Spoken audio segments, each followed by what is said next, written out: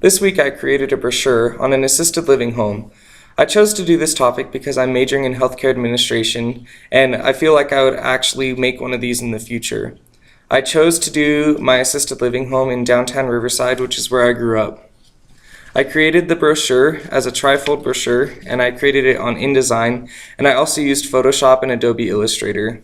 I printed it off in the Spory printer, and then I went to the MC to use a straight edge to cut and make a full bleed. I chose to do a trifold brochure because I feel like I could get the most information in there.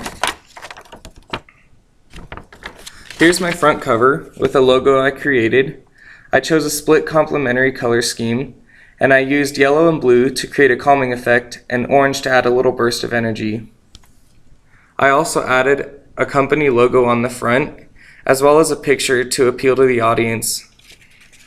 On the inside flap, I gave a brief introduction of my facility as far as pricing and services we offer, as well as where we're located. Then I added a picture of downtown Riverside. On the inside of my brochure, I have different information as far as services, activities, as well as dining information. I used a picture of a dining hall as well as delicious culinary food that looked really good, so I was hoping that would advertise it well. I also had this picture of a lady in a swim cap because there's a swimming program that the residents can participate in. I also had this picture of people playing video games, and I thought it looked fun.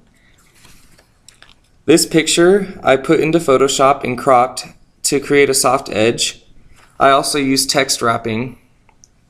Some of the different paragraph styles I used: on the front cover as well as the back cover, I used a larger size font with yellow to fit with my color scheme.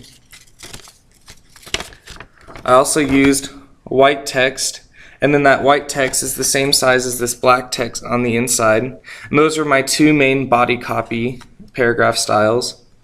And for my headers, I chose orange to also fit with my color scheme.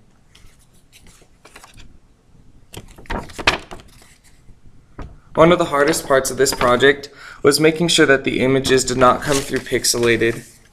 One thing I'll try to remember next time is to search larger images on Google and make sure they're saved correctly on my computer. Another thing I want to remember is to package it before I save it onto my flash drive, otherwise I'll lose it like happened this time.